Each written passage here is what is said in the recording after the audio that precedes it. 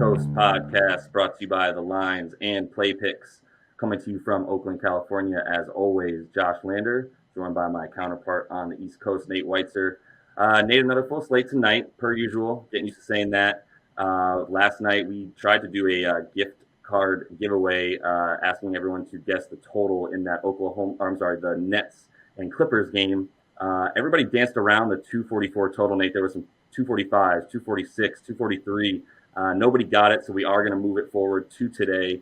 Make sure that you do like and subscribe the video to be able to then put the total of the prop we'll give you in the comments today. So stay tuned in a few minutes for when we'll deliver that to you. And we're going to get right now into the lines for the 3rd of February, Nate. Yeah, and of course, Steve Nash had to foul intentionally twice to make sure that got over the total, but I won't hold that against him. He's still a great coach in my eyes. Anyway, big spreads today. We have the Sixers -7 at Hornets, Clippers -9 at Cavs, Pacers +8 at Bucks, Mavs -2 at Hawks, Wizards +8 at Heat, Knicks +3 at Bulls, Rockets -6 and climbing at Thunder, Wolves +8 at Spurs, Suns -3.5 at the Pelicans, and the Celtics are -2 at the Kings. So as I mentioned, that Rockets spread is climbing because it just seems so obvious that you should take them again. I mean, they just blew OKC's doors off on Monday. I believe it was 25-4 in the first quarter. The Rockets have been the same thing we said on Monday. They've been a top 10 team. They have incredible balance in depth, and they're now 8-2 against teams with records below 500. Since getting Christian Wood back 3 games ago, they have the best defensive rating in the NBA by far. OKC struggling against good teams. They're 3-6 against the spread. Their last 9 against winning teams. They're 29th in overall scoring margin, losing games by an average of 8 points. And of course, their best player, Shai Gilgeous-Alexander, is out with a knee injury. So it seems so simple that there's just no way they can cover in this rematch, especially in Houston. But I think we both are a little wary as the spread. By the time this airs, the spread will probably be up to like 8.5. I think 90% of the handles coming in on the Rockets. So I think we're both looking at angles to tease this game down closer to where it started at 4 or 5. So if you tease it with another game, you can move the line 4 points. You can get Rockets around 4.5. And I like personally looking at the big underdogs like the Pacers or Hornets and getting them over double digits. I think they can both hang around against Bucks and Sixers. So Josh, what angle are you looking at there? Yeah, I love Houston. I think this is the last game that you're going to see Houston favored against a team as bad as Oklahoma City, less than 10 points or around 9.5. I think everyone's starting to realize what you texted me a couple of days ago, which is I think the Rockets are a top 10 team in the league. And since you texted me that, they've done nothing but further prove that by having the best defense in the league. They bumped their overall defensive rating all the way up to the 4th best in the league at this point. And Oklahoma City is just reeling. You know, one thing with those defensive numbers, if you do like the under for OKC tonight, to keep them under about 105 or so, you can get that pretty good money. So that would be the other thing I'd look at, but I'm happy to take that spread. I jumped on it at 5.5 last night as I saw it rising, like you mentioned. Another game I feel decently comfortable about, Nate, honestly, is the Suns and the Pelicans. I know that we're both a little bit, scared of what the Pellies have been doing recently with their pace as they've gone up to about 120, best in the league in the last about 5 or 6 games. However, I'm still looking at Phoenix to really control this game at home. And if that's the case, Phoenix's tempo is the 4th slowest in the league. They've got the 4th best defense in the league. We know New Orleans it has, as I said, picked up that pace. But at the same time, they're still 12th slowest in the league overall, despite having such a ridiculous pace in the last few games. Like I said, I think the pace of this game will be controlled by Phoenix. Only 12 of their last 17 have even gone over 223, which the spread tonight is the total is about 222.5. And all those games were against incredibly good offensive teams like Washington, Toronto, Denver, Indiana, teams that don't play as much defense either. So I do like this game to go under 222.5, and I am also taking the Phoenix Suns. I'm fine taking the Suns, I think, but I'm terrified of the under with the Pelicans playing the way they are. They just have so many weapons across the board, and Zion coming off a down game, but I think he can easily bounce back against this team. I would also be wary with Devin Booker and getting his second game back from that hamstring injury that he can raise the Suns' offense to another level and get it over.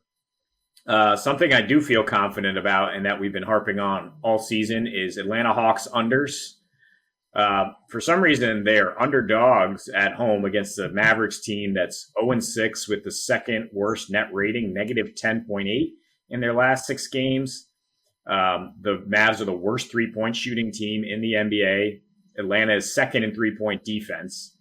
And look at just some of the Hawks' numbers against the over. They're 0-9 against Western Conference opponents in the over this season. They are 0-7 against the over at home.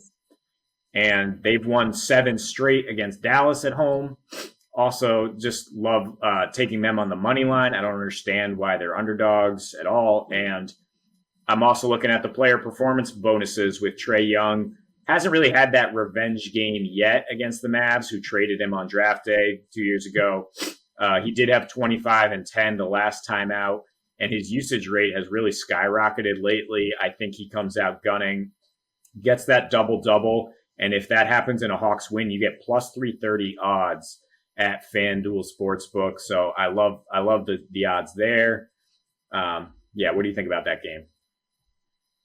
I love it. I think, honestly, you convinced me to feel a little bit more comfortable about this game than even the Phoenix Suns beating the Pelicans. But I still like that one. But moving to this one, Dallas and Atlanta, this is what we talk about with public perception. These are not your, older brothers Atlanta Hawks that we saw a few years ago that just attempt to just play the style of Trae Young, which is, very little defense and a lot of offense and a lot of threes. That's not the case anymore.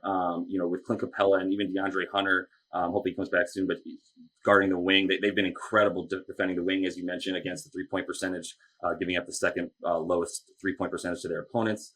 I really, really, really like Atlanta. What we talk about is, once again, fading the public perception.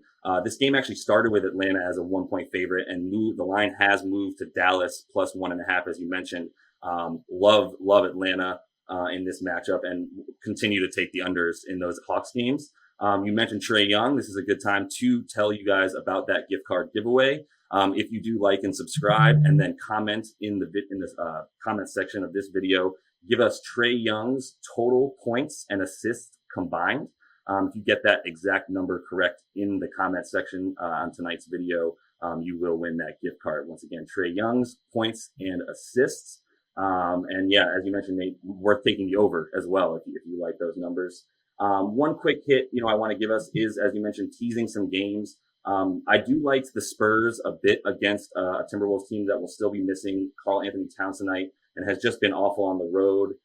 Against the spread, they're 1-4 on the road this year, 3-6 on the road against the spread overall. And the Spurs, one interesting stat, when they get blown out at home, they come back and cover the spread 4 out of their last 5 times getting blown out like that. So they are a team that comes back. I still don't love minus 8.5 points, Nate. So as you mentioned, I'm going to tease that game with the Houston game. So I get Houston at minus 3.5 and the Spurs at minus 4. And I get plus 125 on that money. So I feel good about that. But other than that, probably not going to put up just one bet on the Spurs. I'm going to tease that game.